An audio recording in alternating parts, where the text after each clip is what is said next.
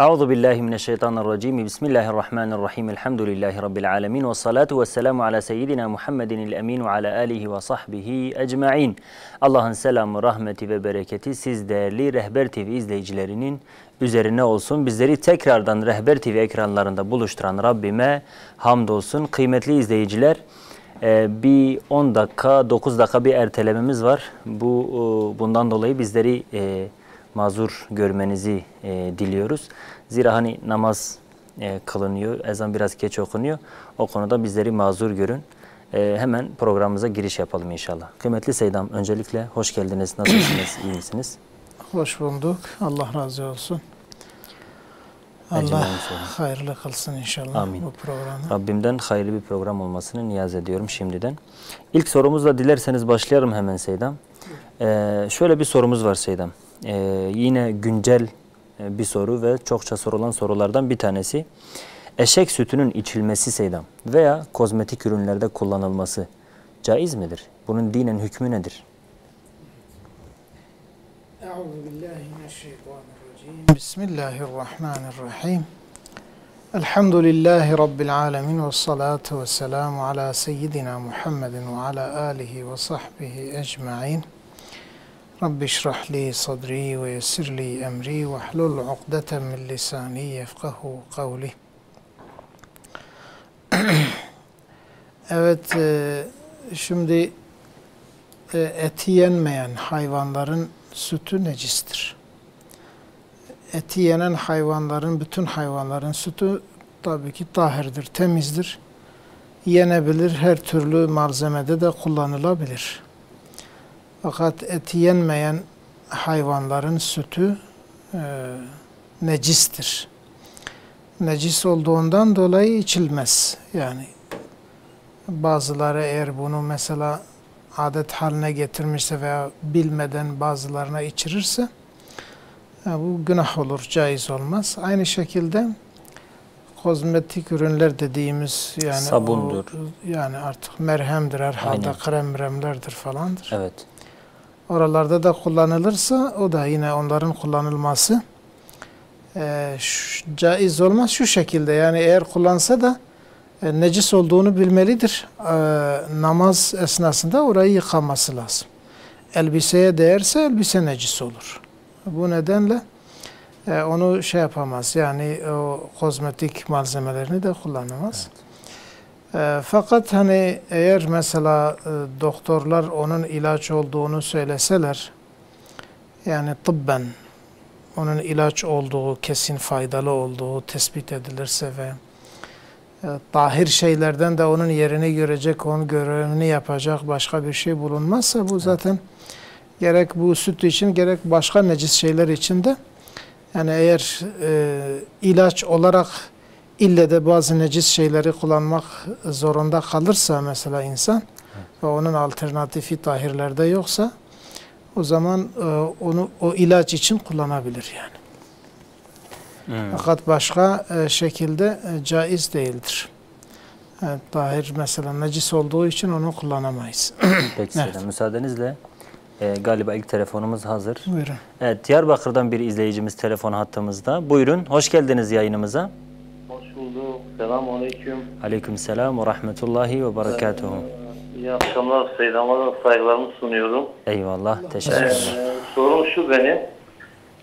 PTT'nin vereceği promosyonu almak caiz mi? Teşekkür ederim. PTT mi dediniz? Evet efendim. Peki, peki. Bizler teşekkür ederiz. Allah'a emanet olun. Varsa başka sorunuz onları da alabiliriz bu arada. Hayır, teşekkürler. Peki, Allah'a emanet olun. Selametle kalın. Hayırlı geceleriniz olsun inşallah. Selam izleyicimiz PTT'nin vereceği promosyonu soruyor.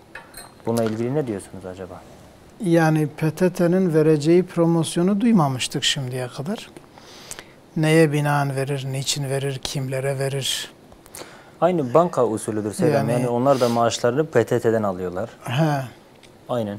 O şekilde. Aynen. Zaten PTT Bank diye bir şey de varmış. Aynen, evet. Aynen. Rekabettir yani. Yani promosyon olduktan sonra onu almamak en güzel şeydir. Yani belki mesela hani Izgetçi PTT Bank mesela faizsizdir diye bir şey duymadık. Gerçi orada da mutlaka faizler vardır yani. Banka usulüyle çalıştığı zaman faiz olur. Yani hatta mesela faizsiz olan promosyonlarda da yine bir şüphe vardır.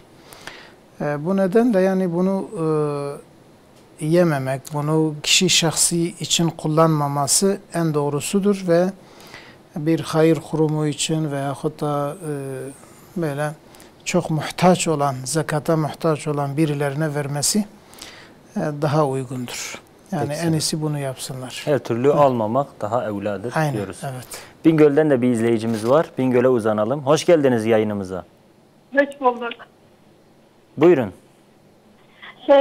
Ben bir şey soracaktım. At eti yemek haram mı?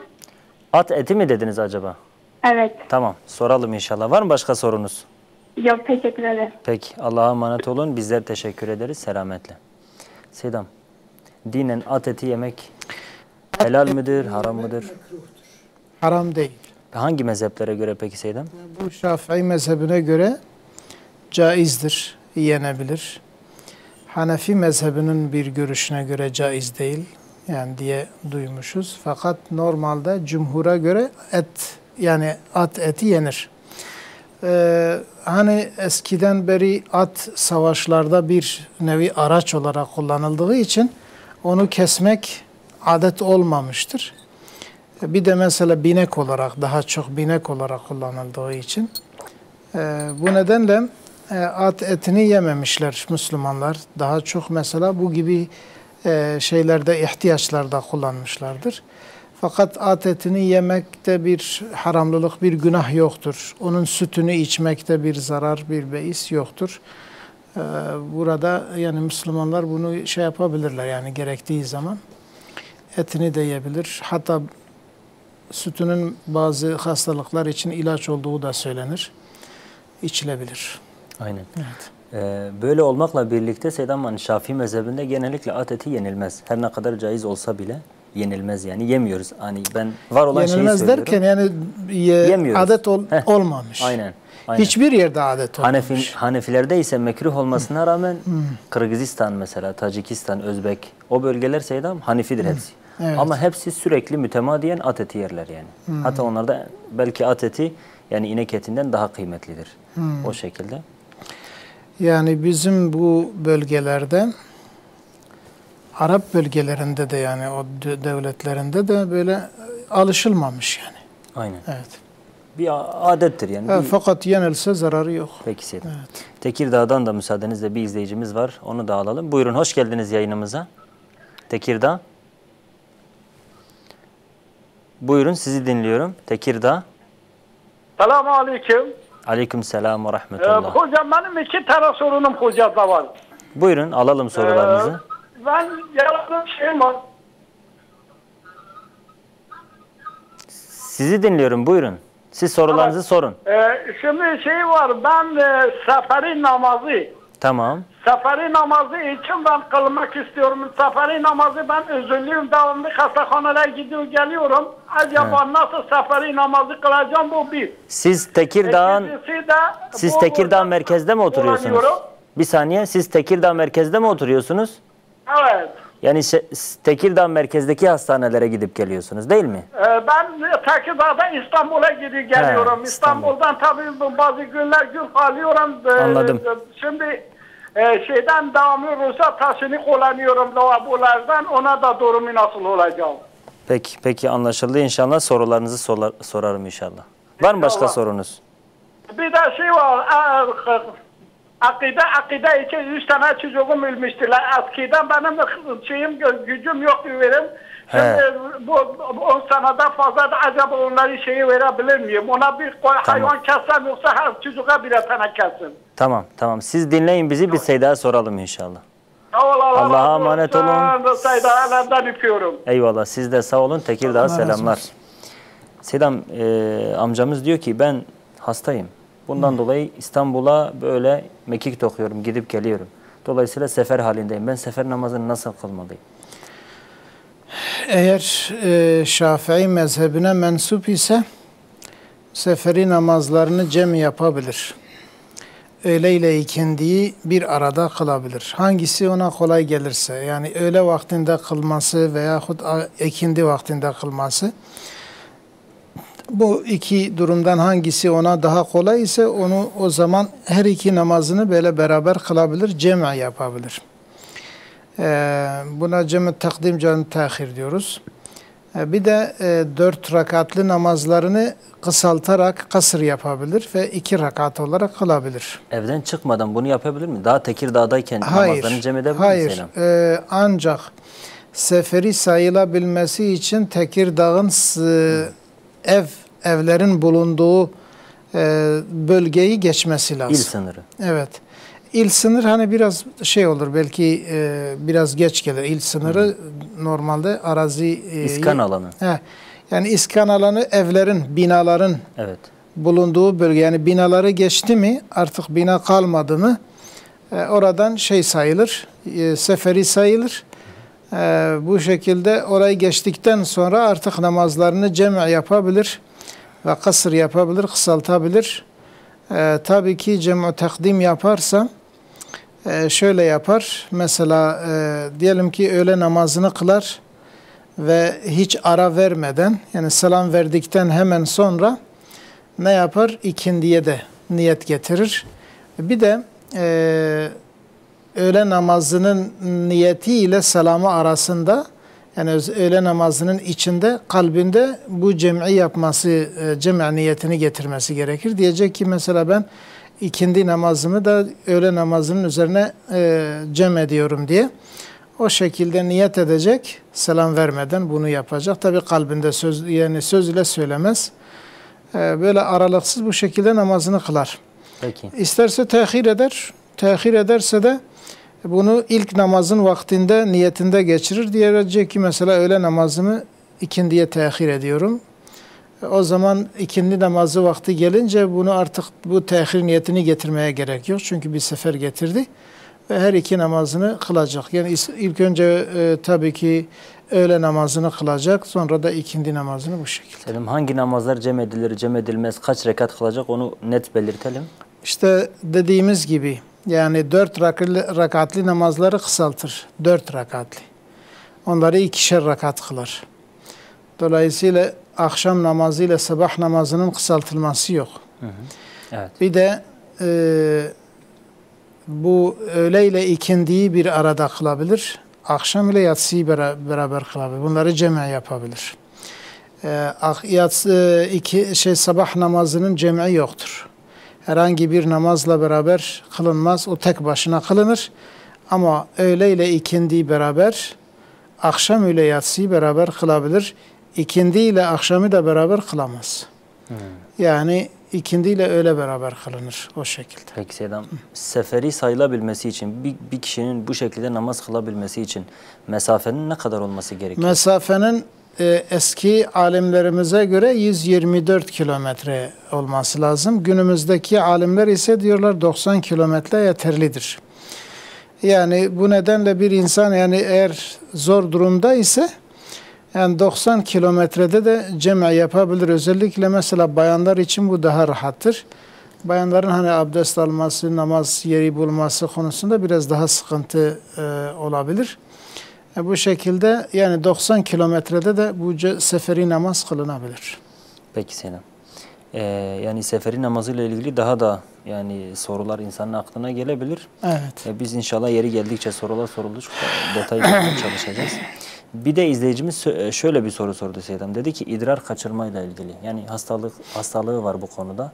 Evet. Yani ne yapması lazım? Yani nasıl namaz kılması lazım? Önlem olarak ne yapması yani lazım? Eğer bu mesele gerçekten bir hastalık, bir özür ise ve bu ara sıra bu şey geliyorsa, bu damlamalar falan oluyorsa mazurdur, özürlüdür. Özürlü olan bir insan da ne yapar?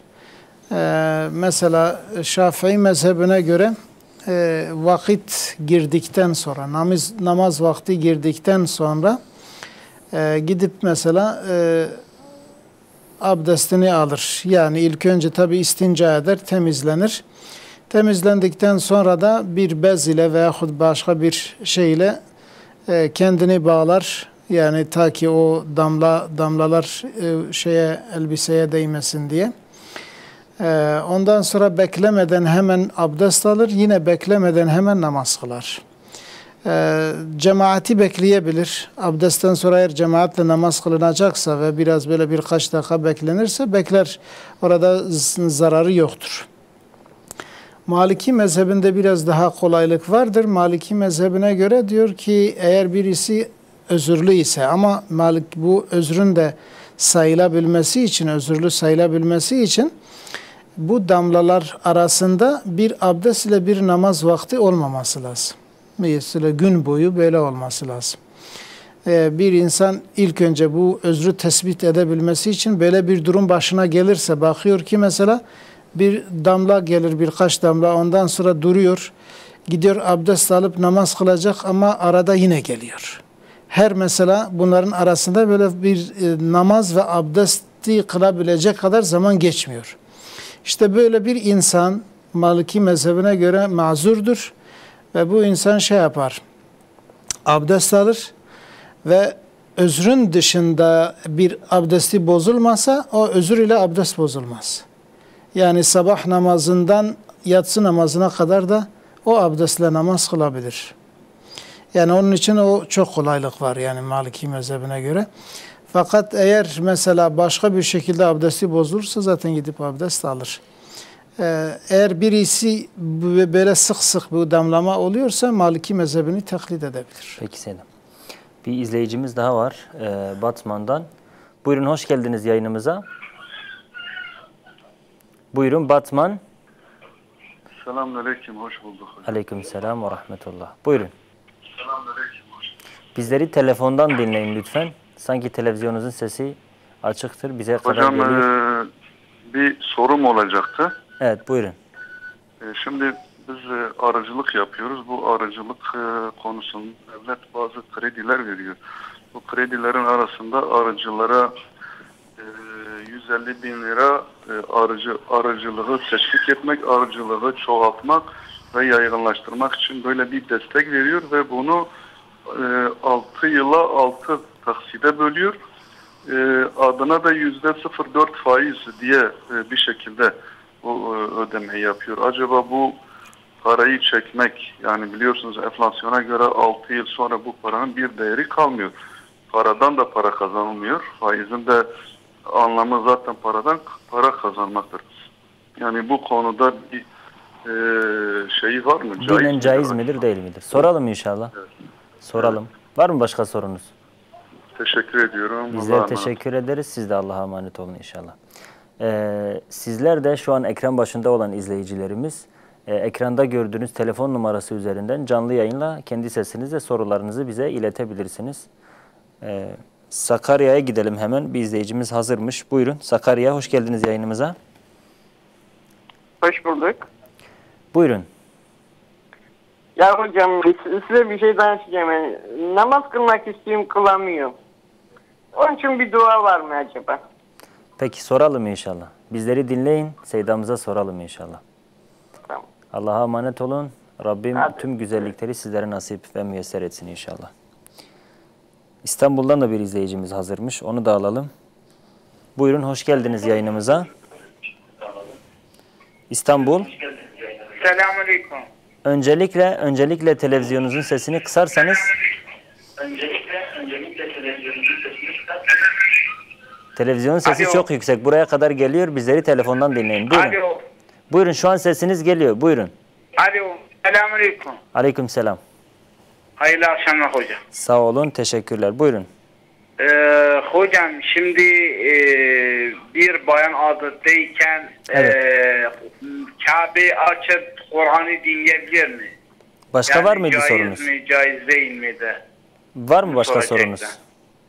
Yok, teşekkür ederim. Peki. Allah'a emanet olun. Selametle kalın inşallah. Seydam izleyicimiz dedi ki benim 10 sene evvel 3 tane evladım rahmet etti. Allah rahmet eylesin. Dedi ki ben bunların akikasını vermedim. Şu an diyor verebilir miyim? 10 yıl geçmiş. Vermemde bir mahzur var mıdır? Yani verebilir. Değil mi? Vermesinde bir sakınca yok. Peki Seydam. İnşallah sevabını da alır. Ama normalde hani akika sağ iken verilir. Aynen. Sünnet olan nasıldır Seydam? Sünnet olan Yedinci gün 7. günde, çocuğun 7. gününde kurbana elverişli bir hayvanı kesmektir. erkekler için 2 tane kuzu, kız için 1 tane kuzu kesilir. Asıl Kuzu sünnet, mu, koyun mu Seydam? yani kuzu derken hani bir senesini doldurmuş. Kurban edilebilecek. Evet, yani bir yılını doldurmuş yani en az. Peki Seydam. Diğer sorumuz Seydam, izleyicimiz dedi ki ben arıcılık ile meşgulüm. Devlet bize ya da bankalar artık neyse bize 150.000 TL civarında bir teşvik desteği veriyorlar. Evet. 6 yıla kadar taksitle, fakat %4 faiz var. Evet. Tabii izleyicimiz şunu da söyledi Seydam. Dedi ki hani %4 faiz 6 yıla kadar bir şey değil, yani paradan para kazanılmıyor. Zaten enflasyona göre hesaplarsan daha fazla çıkıyor. Bu durumda benim bu krediyi kullanmam caiz olur mu? Yani burada Olmaz mı? Şafii mezhebine göre gidersek yine caiz değil. Evet. Çünkü 1 kuruş dahi üstüne gelirse o haramdır. Yani Evet. bu işleme girmemek gerekir. Fakat Hanefi mezhebinin bazı görüşlerine göre yani enflasyonun altında olduğu zaman o şey yapılabilir, yani o kadar talep edilebilir, yani alacaklı o fazlalığı talep edebilir kaidesine göre gidilirse o zaman yani yapılabilir, yani öyle bir taklide böyle bir işe girişebilirler. Peki. Madem ki enflasyonun altındadır onu şey yapabilirler. Tabii bu da yani şunu da söylememiz lazım. Eğer mesela diyelim ki başka bir mesleği yoktur, başka bir meslekte çalışması biraz zor olur, buna alışmış, arıları vardır ve en güzel işi bu şekilde yapar, yoksa sıkıntılar yaşar diye eğer böyle bir durum varsa. Yoksa eğer böyle bir durum yoksa sadece bir nevi bir hobi olarak, bir ne bileyim yani bir nevi onun o şekilde onu bir tercih olarak şey yaparsa burada hani böyle Şafii mezhebinin de ihtilafı olduğu zaman girmemesi daha iyidir. Peki Seydam. Allah razı olsun. 2 telefonumuz daha var. Diyarbakır ve Van. Öncelikle Diyarbakır'a bağlanalım. Hoş geldiniz yayınımıza. Hoş bulduk hocam. Allah razı olsun. Sizden de inşallah. Teşekkürler. Buyurun. Hocam bir sorumuz vardı Seydam'da. Tabii, buyurun. Hocam diyelim ki geçen sene zekattan biraz fazla para vermiş. Bu sene o fazla olan zekat parası bu sene zekatına da kullanabilir mi? Var mıydı başka sorunuz? Yok, sağ olun hocam. Peki, sorunuz anlaşıldı. Soralım inşallah. Allah'a emanet olun. Selametle kalın. İkinci izleyicimiz Van'dan. Buyurun, hoş geldiniz yayınımıza. Selamünaleyküm hocam. Aleyküm selam. Nasılsınız, iyisiniz inşallah? Allah razı olsun. Teşekkürler. Siz nasılsınız? Selam'a hürmet ederim. Elhamdülillah hocam. Allah razı olsun. Eyvallah. Buyurun. Hocam bir sorum vardı. Benim de bir arkadaşımındır. Evet. Bir arkadaşım iş yeri açmaya çalışıyor şu anda. Evet. İş yeri işletme. Tamam. Tabii bir ortağı da var. Ortağı bankaya başvurup kredi çekecekler. Tamam. Bunun da faize karşı biraz hassasiyeti olduğu için ortağı demiş ki banka bunlara 10 milyon para veriyor. Bu 10 milyon para, hani 10 trilyon. Tamam. Yeri faizle beraber 11 oluyor. Tamam. Şimdi ortağı diyor ki ben banka karışmıyorum. Sen bankadan alıyorsun. O da kabullenmiş. Ben bankada kredi çekeceğim. Adam başı işte 5,5. Tamam. Ben bu 5,5 banka değil de sana vereceğim. Bu helal mi haram mı? Yani bu ortaklığı yapabilir miyiz? Ben banka vermeyeceğim. Ben bu parayı ortağıma vereceğim. Peki, soralım inşallah. Ama bu da olmasa dedi. Bu da olmasa banka bize bu işletmeyi açsa sonra bankaya girip para ödesek faizsiz. Banka karını bırakacak bu işletmeye. Yani banka nasıl yapacak? Banka bu işletmeyi alacak onlardan. Tamam. Karının üstüne koyacak, yine de bunlara satacak. Tamam, peki, anlaşıldı inşallah. Oldu hocam, Allah razı olsun. Allah'a emanet olun. Allah'a emanet olun. İyi akşamlar. Selam, izleyicimiz dedi ki ben Sakarya'dan aradı izleyicimiz. Dedi ki ben namaz kılamıyorum. Evet. Yani herhalde bir çabası var. Demek ki bir gayreti var. Ama artık ne oluyorsa kılamıyor. Bu konuyla ilgili yani bir nevi ne yapmam lazım? Bir de özellikle dua var mı dedi. Yani gayret gelsin yapabileyim diye. Burada Evet Seydam. duadan ziyade ortam önemlidir. Bulunduğu ortam mesela eğer namaz kılanların ortamı ise bu onu da teşvik eder. Namazını kılar. Eğer bulunduğu ortam ya mesela tek başınadır, şeytan ona galip geliyor ya da mesela bulunduğu ortam böyle temiz bir ortam değildir. Genelde o insanlar namazsız, niyazsız insanlardır. Eğer böyle olursa tabii ki belki o da nefsine mağlup olur, namazını kılmaz. Ama bunun ile ilgili bir dua, yani belli bir dua yok, ancak şu kendisi yani Allah'a yalvarır. Biz de ona dua ederiz. Ya Rabbi sen ona müyesser kıl, ona Amin. sevdir. Amin. Ve bu konuda nefsine ve şeytanın vesveselerine galip gelmesini müyesser eyle diye dua edelim inşallah. İnşallah. Daha çok yani o gayreti, o azmi, kararı kendi içinde beslemelidir. Ve böyle manevi ortamları bulunan, manevi havası bulunan ortamları tercih etsin. Allah'ın izniyle bu olur ve kendisi de dua etsin tabii, ya Rabbi sen bana kolaylaştır diye. Beni hidayete erdir bu konuda. Bu duaları da yapsa inşallah Allah ona müyesser kılar, yani istekli olduktan sonra. İnşallah. İnşallah Seyyidem. Şimdi de Bursa'ya bağlanalım. Evet, hoş geldiniz yayınımıza. Bursa. Evet, buyurun. Alo.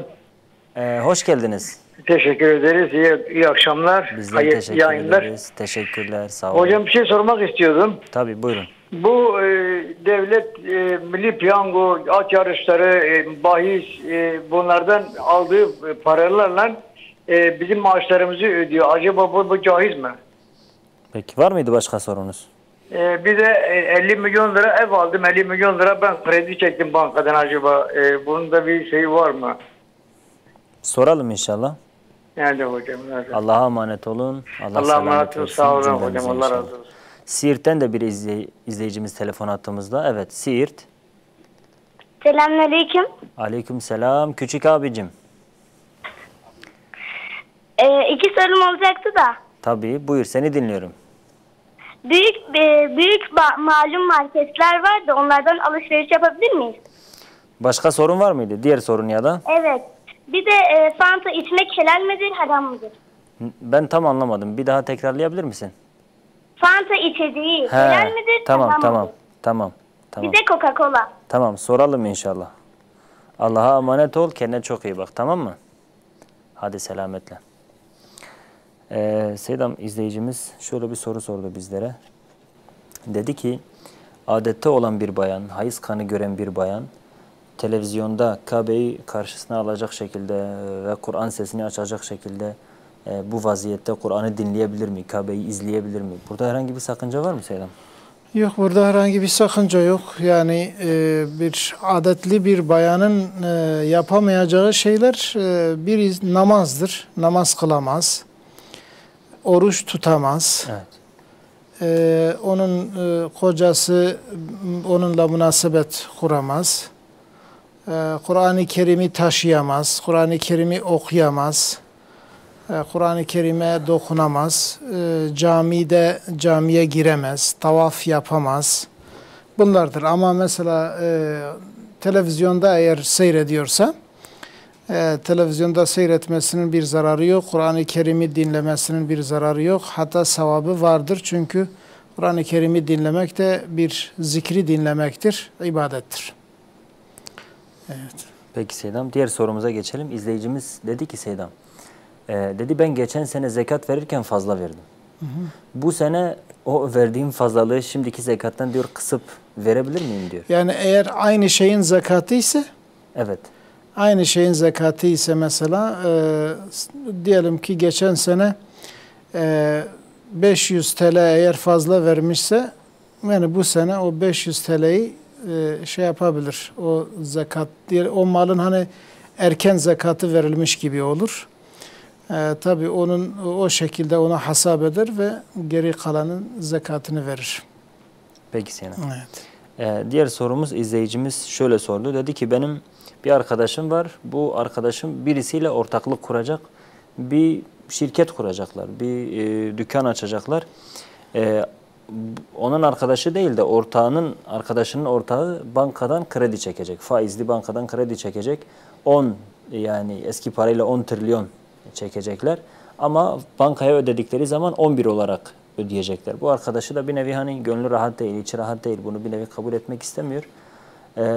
Yani ödeyecekleri zaman 5-5 ödeyecekler. Bu arkadaşının ortağı ona şöyle diyor. Diyor ki ben çekeceğim ama sen yani ben çekeceğim. Sen bana ödeyeceksin. Senin bankalı işin yok. Bir nevi bir günahı varsa ortağı öyle diyor. Bir günahı varsa banadır, sana değil yani. Dolayısıyla ama beraber iş yapıyorlar. Evet, beraber iş yapıyorlar. Beraber iş yapıyorlar ve caiz olur mu bu şeyler? Yok yani bu ben çekiyorum sana şey olmaz çünkü aynı işte kullanacaklar. Aynen. Dolayısıyla yani evet onun mesela onunla ilgili şey yapıyorsa onun günahı daha fazladır ama diğeri de ortak olduğu için o da aynı günaha yani ortak olur. Yani o onun o malına girdiği için o da o kısma ortak olur yani. Dolayısıyla bir ortağı bu işi yapıyorsa onunla ortaklık, çünkü başka bir işte yapsa hani tamam. Ama kendi ortak oldukları işte eğer kullanırlarsa her ikisine de haramdır. Peki Selam. Dedi ki madem eğer haram olursa, haram olacağı vakitte. Dedi ki şöyle bir şey yapsak peki. Yani bankaya başvursak, banka gelse o iş yerini satın alsa, sonra bize satsa, karını koysa bize satsa. Bu caiz olur mu Selam? Evet, caizdir. Onu yapabilirler. Yani bir sıkıntısı yok. Yok. Çünkü o mesela onlardan satın almış, paralarını vermiş. Sonra da mesela onlara diyelim ki vadeyle satıyor veyahut da karla satıyor. Aynı hesaba geliyor diyelim ki. Fark etmez. Yani önemli olan işlemdir. İşlem caizdir. Sen olabilir bir kişiden araba alırsın, aynı arabayı ona daha fazla parayla satabilirsin. Velev ki banka faizli banka olsa bile mesela. Şimdi o ayrı bir konudur. Biz işlem için söylüyoruz. Bu işlem caizdir. Tamam Selam. Ama bankayla mesela hani faizli bankayla eğer başka bankalar varsa onunla iş görmemek en doğrusudur. Eğer çok mecbur ise o zaman onunla iş görür. Ama normalde faizli bankayla iş görülmez yani. Doğrudur Selam. Evet. Peki. İzleyicimiz bir de şöyle bir soru sordu. Dedi ki mesela malum Seydam devletin hasılatı gelirinde yani Milli Piyango'nun da geliri var. Dinen haram olan Milli Piyango'nun, dinen haram olan at yarışı, iddia, ne bileyim. Bu ve buna benzer yani dinen haram olan, dinen caiz olmayan kuruluşların verdiği vergiler, yani verdikleri paralar da var. Dolayısıyla kendisi de emekli galiba. Diyor biz maaşımızı oradan alıyoruz. Yani bir nevi memur olanlar da aynı şekilde maaşlarını bu devletten alıyorlar. Bunda bir sakınca var mıdır? Yani varsa ne yapılmalıdır ya da? Yani şimdi burada mesela bizim elimizde olmayan bir durumdur. Bunu devlet yapıyor ve bizim mesela maaş ille de oradan geliyor diye bir kesin bilgimiz yok. Hani mesela o paralar nereye gidiyor, gerçekten nerede kullanılıyor? Biz onu bilmiyoruz ve araştırmamız da uygun değildir. Dolayısıyla sen kendi emeğinin karşılığını alıyorsun. Eğer bir memur çalışıyorsa o yani işinin karşılığında devlet ona bir maaş vermiştir. Ve o devlete gelen paraların yani büyük bir kısmı da halaldir. Yani halal olanı da vardır, mubah olanı da vardır. Evet doğrudur, haram olanı da vardır. Şimdi böyle olduğu zaman hem halalı da olduktan sonra yani rahat bir şekilde maaşını alabilir yani. Yoksa eğer bu şekilde insan düşünürse mesela bütün insanlarınki böyledir. Bütün insanlar mesela bu devletle diyelim ki devletle veyahut da başka bir kişiyle iş yaptığı zaman o kişinin de mesela işinin içinde haram olan kısmı da vardır. O şirketin mesela haram yaptığı başka şeyler de mutlaka vardır. Böyle olunca yani insan çalışamaz. Buna da gerek yok. Yani inşallah orada bir sıkıntı olmaz. Peki Seydam. Bir de aynı izleyicimiz dedi ki ben 50.000 TL civarında kredi çektim. Yani acaba bunun dini hükmü nedir? Bir de ben yani bu saatten sonra ne yapmalıyım kısacası? Yani eğer mesela kredi çekmiş, günah işlemiş, faizli bir kredi çekmiştir. O haramdır. Bundan sonra ne yapacak? Bundan sonra tövbe edecek, istiğfar edecek. Eğer varsa sadaka verecek. İnşallah ciddi bir niyetle eğer tövbe etmişse Allah kabul eder. İnşallah Selam. Diyarbakır'a bağlanalım. Bir telefonumuz hazır. Buyurun. Selamünaleyküm. Hayırlı akşamlar abi. Aleykümselam. Sağ olun. Sizlere de hayırlı akşamlar. Sağ olasın. Teşekkür ederim. Ya demin ben zaten seyrediyorum televizyonu. Bir tane arıcılıkla uğraşan bir tane izleyici bir soru sordu. İşte 150.000 TL devlet kredi veriyor. Tamam. Bunun %4 faizi alıyormuş. Hocam da işte dedi enflasyona göre işte İmam-ı Hanifi'ye göre yolu vardır falan. Tamam. Ama ben diğer kanallarda, diğer programlarda İşte %1 de olsa, %0.1 de olsa faizin her çeşidi faizdir. Yani bu konuda Seydam hani bilmiyor yani beni tatmin etse daha iyidir. Peki. Teşekkür ederim. Soralım inşallah. Soralım, izahını dinleyelim. Allah razı olsun. Yani Sizden. faizin her çeşidi faizdir. Evet. Yani enflasyon altı mı üstü mü diye bir şey yani var mı yok mu ben bilmiyorum. Hocalar daha iyi bilir. Peki. Yani kredidir hocam. Yani faizdir ha. Yani devlet de zaten bu masonlar istiyor ki Müslümanlar krediyi çeksin. Madem ki 6 yıla veriyor o zaman 0 faiz versin. Yani niye böyle 4 istiyorlar 6 yıla kadar? Yani faiz maksat ümmet-i İslami işte faize çekmek için. Yani Peki, hocam da sorunuz bence, anlaşıldı zaten. Allah Seyyid razı Hamza olsun. soralım, hep beraber dinleyelim. Allah razı olsun. Peki, Hocama sizden de selam inşallah. söylüyorum. Allah'a emanet olun, selametle. Diyarbakır'dan bir izleyicimiz daha var. Diyarbakır, alalım. Selamünaleyküm. Aleyküm selam ve rahmetullah. Buyurun, sizi dinliyorum. Seyda'ya bir sorum olacak da. Tabii, buyurun. Mesela bu cuma günleri, Evet. mesela ben cumaya gidiyoruz ya. Mesela cuma günü bu Ankara'ya gönderdiği bir şey vardır. Evet. Bu hazırlanmış her hafta gönderiliyor. Tamam. Bunu cuma günleri söylüyorlar. Bir de Kur'an'ı açıp da okutmuyorlar. Ben de camiye gitmiyorum. Yani gidiyor muyum, girmiyor muyum? Kur'an'ı okutmuyorlar derken? Yani ayetleri şey yapmıyorlar yani. Yani Kur'an'ı kapatıyorlar, peki. ayeti söylüyor yani ya. Peki. Soralım inşallah. Sorunuz anlaşıldı. Bizleri dinleyin, Teşekkür soralım. ederim. Allah'a emanet olun, selametle kalın. Sedam izleyicimiz dedi ki, küçük bir kardeşimiz sordu. Dedi ki bu büyük marketler var, büyük zincir marketler diyoruz. Bunlardan alışveriş yapmak caiz midir dedi.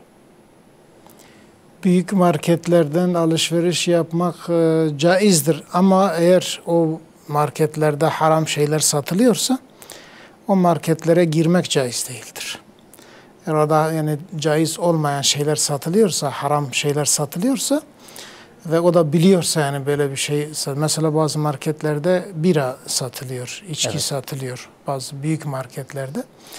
Dolayısıyla oralara girmenin caiz olmadığını bütün alimlerimiz söylüyor. Çünkü caiz yani haramın işlendiği bir yere ancak o haramı kaldırmak için girilir.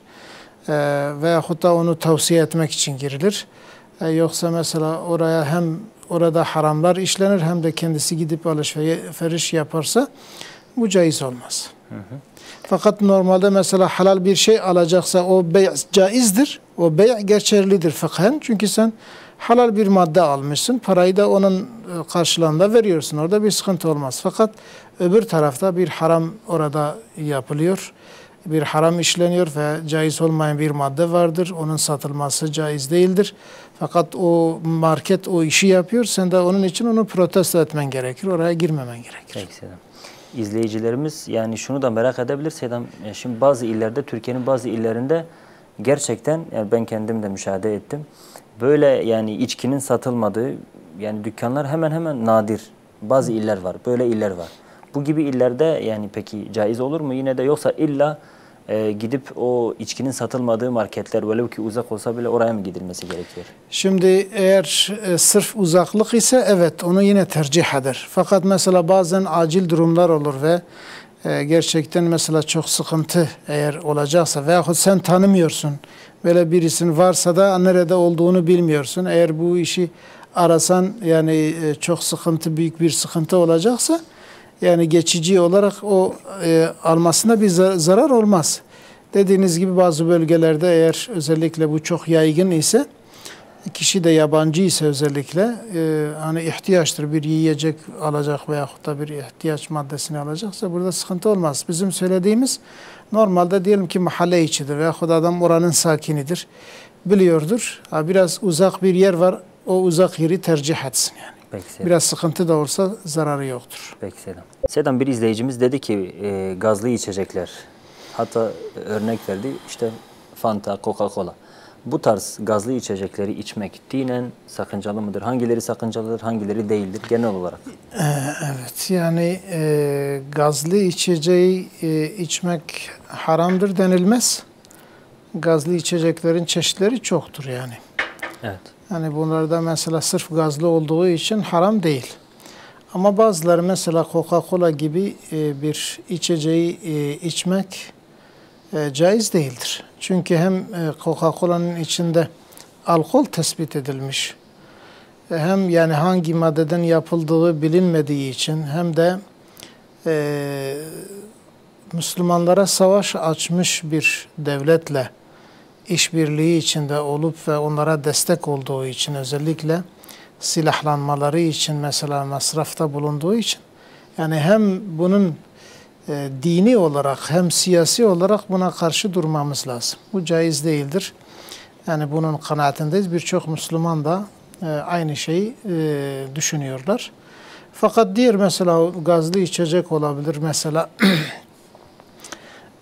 başka diyelim ki firmaların olur ve özellikle de içinde necis bir maddenin bulunmadığını bildiğimiz gazlı içecekleri içmekte herhangi bir sakınca yoktur. Peki Selam. Bir diğer izleyicimiz şöyle bir soru sordu. Aslında izleyicimiz önceden sormuştu. Dedi ki işte ben arıcılıkla meşgulüm. Evet. Devlet bana %0.4 ya da %0.4 yani faizle olacak şekilde 6 yıla kadar kredi veriyor. Destek kredisi veriyor. Evet. Arıcılığa destek niyetiyle. Bir izleyicimiz de buna itirazen dedi ki faiz faizdir. %0.4 olsa nedir? %1 olsa nedir? Evet. Böyle bir soru sordu Seyran. Buna ne cevap Yani doğrudur. Faiz ise faizdir. Yani faizin mesela yüzdeliği değişmez. Bu çok az da olsa haramdır, çok da olsa haramdır.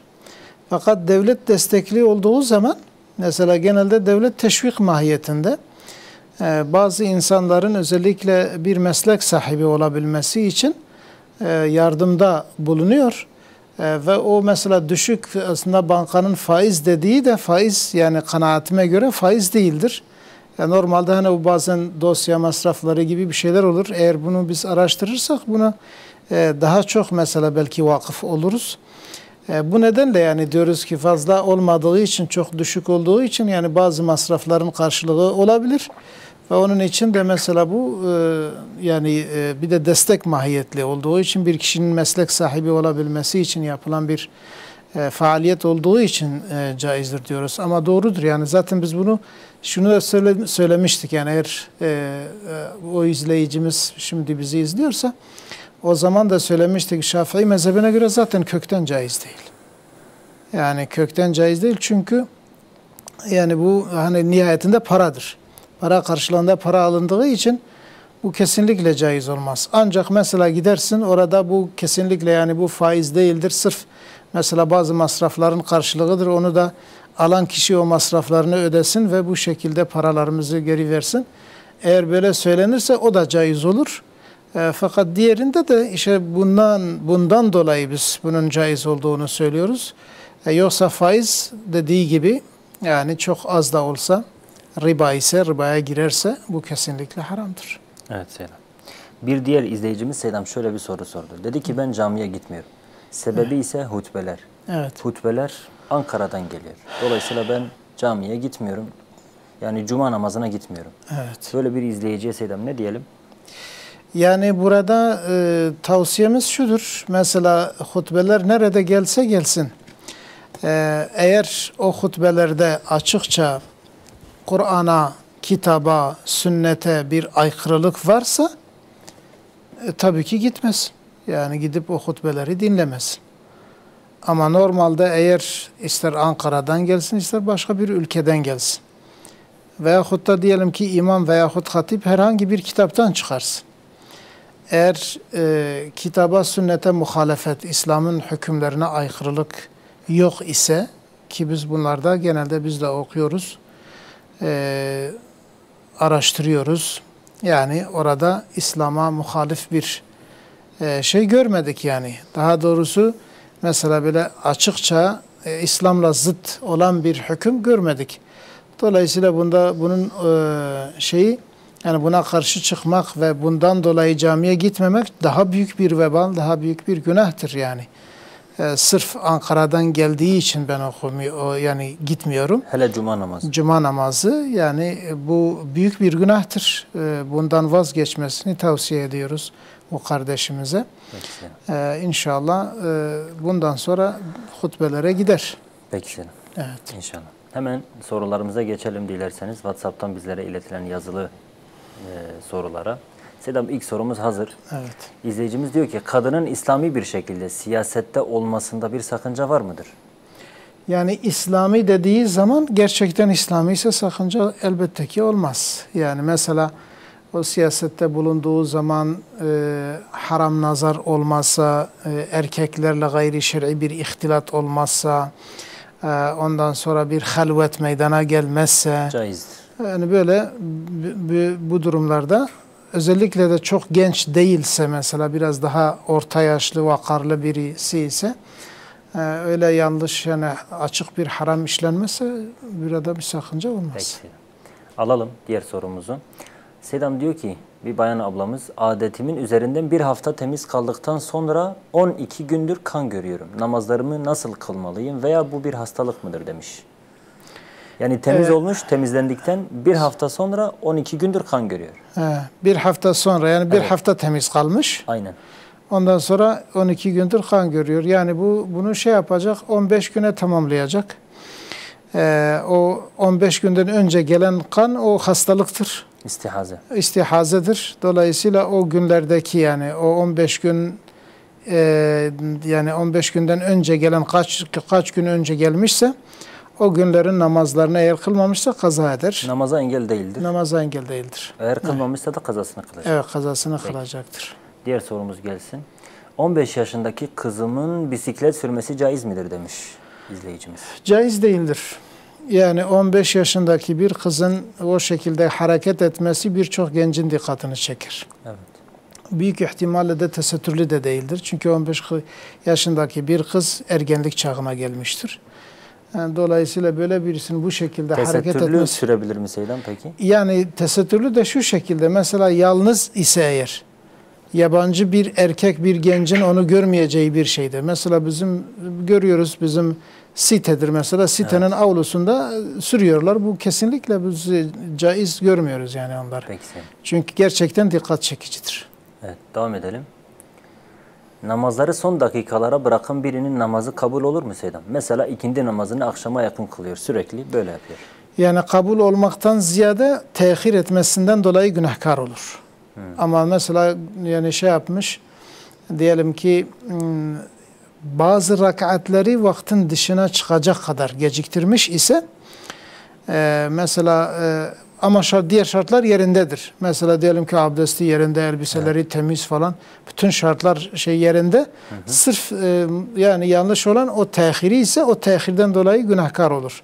Eğer bazı rakatlar şeyin dışına çıkacaksa. Ama çıkmayacak şekilde ise zaten biz mesela kitaplarımız bunu söylüyor. Yani kerahat vakitleri vardır, ihtiyar vakitleri vardır, efdal vakitleri var. En efdali ilk vaktinde kılmaktır. Ama mesela çok geciktirmişse, diyelim ki mesela ikindi namazı artık güneşin ışıkları sararmış. Yani gruba yakın, yani artık batışa yakın bir hale geldikten sonra namaz kılıyorsa ve buna adet edilmişse bu mekruhtur. Yani kerahattir, mekruhtur. Ama hani mecburi bir sefer diyelim ki öyle rast gelmişse, inşallah orada yani mecburiyetten dolayı o mazur sayılır. Peki Seydam. Diğer sorumuza geçelim dilerseniz, hazırsa. Seydam, izleyicimiz diyor ki kaza oruçlarımı unuttuğumuz zaman ne yapmalıyım diyor. Yani eğer unutup da bir yıl üzerinden geçecekse, yani unuttuğu için üzerinden bir yıl geçmişse onun fidyesini verir. Bir yıllık fidyesini verecektir. Şafii mezhebine göre, Hanefi mezhebine göre fidye yoktur. Peki. Yani onun fidyesini verecek. Ama eğer mesela unutmuş, diyelim ki birinci ayda kılacağı, yani şey yapacağını, kaza yapacağını düşünürken ikinci aya ertelemişse bir zararı yok. Yani bir Ramazan üzerinden geçmedikten sonra o unutkanlığın zararı yok. Fakat eğer bir Ramazan üzerinden geçerse onun fidyesi verilecek Şafii mezhebine göre. Namazdaki gibi Seydam, bunu da detaylandıralım. Namazdaki gibi yani mazeretsiz orucu kılmamasıyla mazeretli olması arasında bir fark var mı? Hemen kılmasıyla ilgili. Hemen yani kaza yapmasıyla ilgili. Kaza orucunu tutmasındaki mazeretli, tabii ki mazeretliyse o sıkınca yok zaten. Mazeretli dediğimizde... Mazereti yoksa peki tutmamış, Ramazan'ı tutmamış, sonra demiş ben kaza edeceğim. Yani ilk Ramazan'ı mazeretsiz kılmamış. O ayrı bir günah. Evet. O ayrı bir günah. Geciktirmesi ayrı bir günahtır. Her türlü kazası diğer Ramazan'a kadar yapabilir yani. Ama mesela diyelim ki evet yani Şafii mezhebine göre şey yapmışsa mesela mazeretsiz de kılmamış orucu fakat diğer bir Ramazan gelmeden onu kaza ederse fidye yok. Peki Selam. Evet. Peki. Alalım diğer sorumuzu hemen. Selam diyor ki cin musallatından nasıl kurtulurum? Cevabı Kürtçe olsun demiş. Yani herhalde dibece cin musallati bume yani beka çava dibecese. Yani çavaş bir halasım Selam. Yani viye mesela ancak ayetel kursi bukhine, sureti felak nas, ihlas bukhine. Yani van tişta bukhine. Van ayeti bir şekli bukhine. O ayeti hafızı. Ayeti hafızı henet Kur'an'da. Ve eğer vanaji bukhine inşallah be fayda yani. Yani van mesela cina pır beramejetine brasti. Henik insanın tecrübeli hene de çincemuan ayet atkhuynen canına bu şekli tesira biçeriyle. Arı vakta insanı bu şekli hemen bu şekli kutedin ne kevin haram ya. Henek insan hene tişte haram jidkin. Meref khajwan beparize.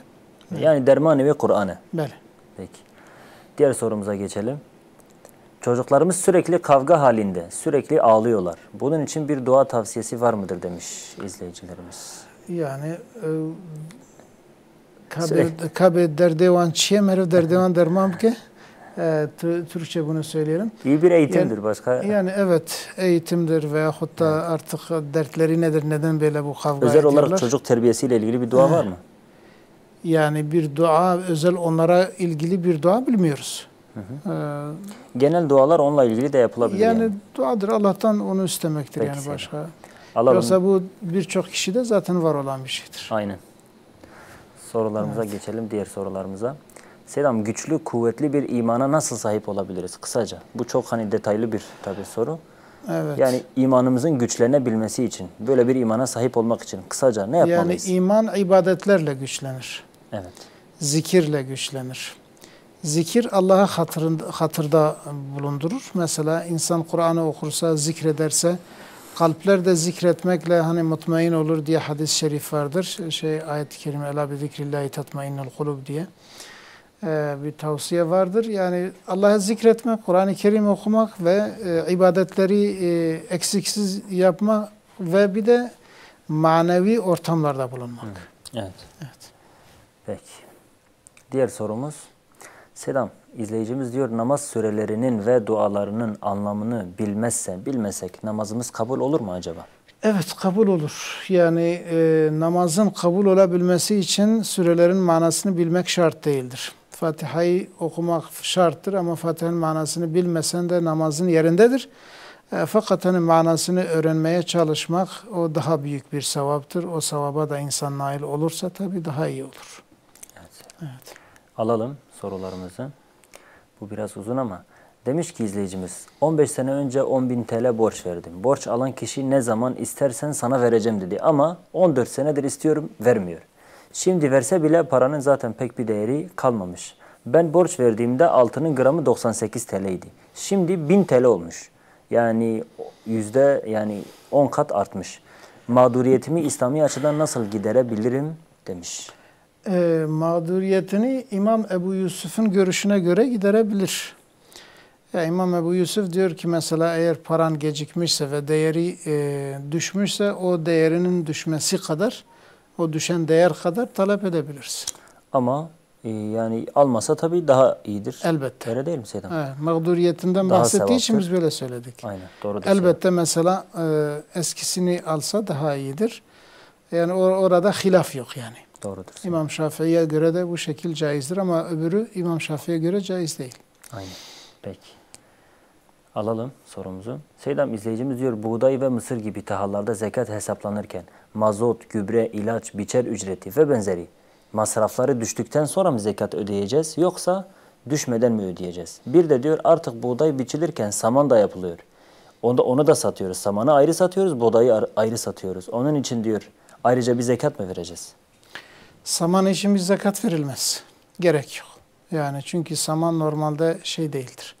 Kut değil. Kut değildir. Yani o samanı mesela ama ticaret yapıyorsa mesela o parayı diyelim sattı ve o parayla da ticarete başladı. Başka alım satıma girdi. Onun bir yılı dolduktan sonra ticaretin Yani ticaret olarak değerlendirilir. o değerlendirilir. O Peki, samanın verilmez. Ama peki masraflar düşürülür mü? Masraflar düşürülmez. Sadece eğer su ile mesela paralı su diyelim ki elektrik parası verilerek sondajla veyahut da eskiden hani su motorları vardı mazotla falan. Yani eğer masraflı bir şekilde sulanmışsa ve o zaman tamamen o sulamayla eğer o bitki mesela artık o ziraat olmuş ise o zaman zekat öşür değil yani 1/10 değil 1/20 verecektir. Fakat diğer yani mesela gübre ve biçerdir ve diğer şeylerdir. Alamamız diyor ki bunlar sadece kolaylık için ve verimin çoğalması içindir. Yani o ziraatın aslının meydana gelmesi için değildir. Ama su asıl ihtiyaçtır. Evet. Dolayısıyla eğer suya masraf gitmişse ve o suyla o şekilde gelmişse o zaman diyelim ki tamamen normal sulamayla olmuşsa bu 1/20'dir. Ama eğer yarı yarıya diyelim ki hem yağmur suyuyla olmuş hem de diğeri bunlar yarı yarı ise o zaman 15'te 1'dir. Ona göre oran düşüp kalkar. Yani mesela diyelim ki 3'te 1 yağmurdur, 3'te 2 şey ise o zaman daha düşük. Mesela böyle %12 gibi şey 12'de 1 falan 13'te 1. Buna göre kendi ayarlar ona göre verir. Ama %100 normal paralı sulama ile olmuşsa 20'de 1 verir. Peki Seydam. Diğer sorumuz gelsin hemen. Seydam 50 yıldır Almanya'da yaşıyorum. Türk bakkalları bile rakı bira satıyorlar. Almanlar zaten satıyor. Ne yapmalıyız? Hani biz dedik ya Seydam mümkün mertebe. Evet. Diğerlerini tercih ediyor. Yani Almanya gayrimüslim bir ülkededir. Yani orada artık kendi ihtiyaçlarını istediği yerde alır. Eğer gerçekten yoksa bulamıyorsa. Çok zor Seydam. Çok zordur yani. Çünkü gayri İslami bir ülkede. Orada hani mesela İslami ülkede ille de bulunabilir diyelim. Fakat orada da bulunsa da çok az olduğu için mesela belki çok sıkıntı çeker. İlle de böyle şeyin satılmadığı bir yerde bir... Yani çok meşakkat çekecekse tesiri celbeder. Evet. Dolayısıyla caiz olur. Yoksa değil. Peki Seydam. Diğer sorumuza geçelim hemen. Seydam diyor ki yaklaşık 8 sene boyunca 20.000 TL alacağım var. Zekatını çıkardım. Yani 8 senedir borç verdiğim 20.000 TL'nin zekatını çıkarıyorum. O parayı tahsil edemeyince artık zekatını da çıkarmıyorum. Bunun durumu nasıldır? Yani eğer ümidini kesmiş. Yani ümidini kesmişse zaten vermez. Diğerini de mesela diyelim ki umutlu olsa dahi almadan zekatını vermeyebilir, geciktirebilir. Mesela diyelim ki umutludur. Diyelim ki mesela yıl sonu gelecek. Fakat normalde yılı ise 2 ay önce bitmiş veyahut 5 ay önce bitmiş. İsterse zekatını verir. Verse daha iyidir. Ama istese de yani bırakabilir. Ta ki eline geçtikten sonra zekatını verir. Vermek zorunda değil. İlla o an vermek zorunda değil. Beklesin eline geçsin. Eline geçtikten sonra 8 seneninkini verecek. O zaman 8 sene geçmiş, 10 sene geçmişse hepsinin zekatını verecek. Peki. Fakat hiç gelmezse vermeyecek zaten. Evet. Mesul değil. Alalım. Sorumuz hemen gelsin. Seydam diyor ki arkadaşım yaklaşık 6 aydır nişanlıdır. Baştan beri çocuğa ısınmamış ve ikilemdedir. Bir türlü çocuğa ısınmıyor. Bu arkadaşım nişanı bozsa günaha girer mi? Yani herhalde kız çocuğu, kız yani kız tarafı. Çünkü çocuğu sevmiyor ve ısınamıyor diyor. Yani kız tarafı nişanı atabilir mi? Bunun bir günahı var mıdır Seydam? Evet, şimdi bu ısınamamak bana şöyle bir şey getirdi. Yani sanki bunlar görüşüyorlar. Görüşüyorlar, konuşuyorlar, mesajlaşıyorlar, belki de dolaşıyorlar ama bir türlü ısınamıyor. Bu haramdır zaten. Evet Seydam. Peki bu yapılmamışsa sadece... Ama diyelim ki nikahları yapılmış. Evet. Bununla birlikte böyle yapılıyorlar. Zaten nikah yapılmışsa artık o nikahlıdır. Yapılmamışsa sadece nikah yoksa sadece nişanlıysa nişanı bozabilir. Çünkü o dinen bir günahı yoktur. Bir günahı yoktur. Bağlayıcılığı yoktur çünkü. Bağlayıcılığı yoktur. Tabii ki hani ailelerinin şeyiyle bunu yapsınlar. Yani tek başına olmaz. Aynen. Ta ki mesela daha çok büyük bir sorun yaşanmasın diye. Aynen. Doğrudur Seydam. Alalım diğer sorumuza geçelim. Demiş ki uzun süre kocasının yanında olmayan kadın örneğin 1 yıldır yan yana gelmeden boşandığında 3 ayı beklemek yine zorunda mı? Evet. Yani çünkü o iddet talakla birlikte başlar. Yani daha önce beraber olmadıklarından dolayı değil. Yani izleyicimiz şunu soruyor. Yani talakın, iddetin meselesi hani acaba kadın hamile midir, değil midir, rahmi temiz mi? Tamam. Zaten bir yıldır uzaktır diyor bir nevi. Evet. Hikmeti sadece o değildir o zaman. Evet. Yani şimdi şu var. Mesela diyelim ki nikah olmuş fakat hiçbir zaman beraber olmamışlarsa, yani hiçbir zaman beraber olmamışlar. Nikah olmuş ama halvet olmamış, düğün olmamış. Evet. Şimdi orada hani ayet-i kerime zaten buyuruyor. Yani diyor ki eğer siz Müslüman kadınları eğer nikahlarsanız ve onlarla bir münasebet bulmadan tekrar boşarsanız onların üzerinde herhangi bir iddetiniz yok. İddet yok o zaman. Fakat bunlar diyelim ki karı koca hayatını yaşadıkları için o iddeti de geçirmeleri gerekir. Evet Seydam. Evet. Diğer sorumuz hazırsa alalım. Seydam, Maliki mezhebine göre necaset namaza, ibadete engel midir? Demiş. Yani Maliki necaset ise elbette ki necaset. Maliki mezhebine göre de eğer necis ise şu var. Mesela Maliki mezhebine göre bazı şeyler diğer mezheplerde necis olduğu halde orada necis değil. Mesela köpek necaseti diyelim ki onlarda yoktur. Mesela ona göre necis olmadığı için ibadete engel değil. Ama eğer necis ise gerçekten tabii ki ibadete engeldir. Çünkü tahir olması gerekir. Peki Seydam. Evet. Gelsin. Şarkı dinlemek günah mıdır demiş. Kişi eşine yani hatta söylediği şarkıyı dinlese. Eşinin söylediği pardon. He. Dinlese günah mıdır Seydam? Eğer mesela o şeyde söylediği şarkılarda yani günah masiyet yoksa sırf mesela onun sesini dinlemesine bir sakınca yok. Peki Seydam. Gelsin diğer sorumuz. Ramazan ayında sahurda, imsakta ezan okunuyor ve namaz kılıyoruz. Olur mu demiş. Ezan okunmayla... Yani ezan okunduğu esnada namaz kılmak. Yani mekruhtur. Hanefi mezhebine göre Seydam. Yani mekruhtur ama namaz olur yani. Çünkü şey olmuş yani vakit girmiştir. Önemli olan vaktin girmesidir. Ezanın okunması vaktin girdiğine delalettir ama ezanı bekleyip ondan sonra namaz kılmak tabii ki daha Hani Hanefi mezhebine göre imsak vaktinden sonra ezan okunuyor ya Seydam. Şimdi biz yani şöyle mesela imsak vaktiyle şafak birbirinden ayrı değil. Hanefi mezhebinde biliyorsunuz Seydam özellikle. Şimdi Hanefi mezhebinde sadece diyor ki evla odur ki biraz geciktirsin. Değil ki mesela. Şu an böyle yapılıyor. Yani değil ki yani o evladır. Peki, diyor mesela biraz dünya aydınlansın ondan sonra kılmak daha evladır. Aynen. Fakat imsakla birlikte zaten namaz yine kılınıyor. Bir sakıncası yok. Velev ki ezana denk gelse. Evet. Tamam. Sorumuz gelsin diğer sorumuz. Demiş ki otelde çalışmak uygun mudur? Yani otellerin halini biliyoruz aslında. Otele bağlıdır. Yani otelde çalışmak şu şekilde bir erkek otelde elbette ki çalışır diyelim ki yani gelen misafirlere yol gösterir şey yapar falan orada bir sakınca olmaz ama otelde eğer gayrimeşru şeyler yapılıyorsa o zaman uygun olmaz. Peki Selam. Gelsin diğer sorumuz. Seferi olan bir imam cemaatin önünde 4 rekat mı namaz kılar yoksa 2 rekat mı? 4 rekat kılarsa herhangi bir sakıncası olur mu demiş. Seferi olan bir imam isterse 4 rekatlı kılar, isterse 2 rekatlı kılar. Evet. 2 rekatlı kılarsa o zaman diyecek mesela cemaate diyecek ki ben seferiyim 2 rekat kılıyorum 2 rekattan sonra namazınızı tamamlayın. Öyle diyecek. Peki. Evet.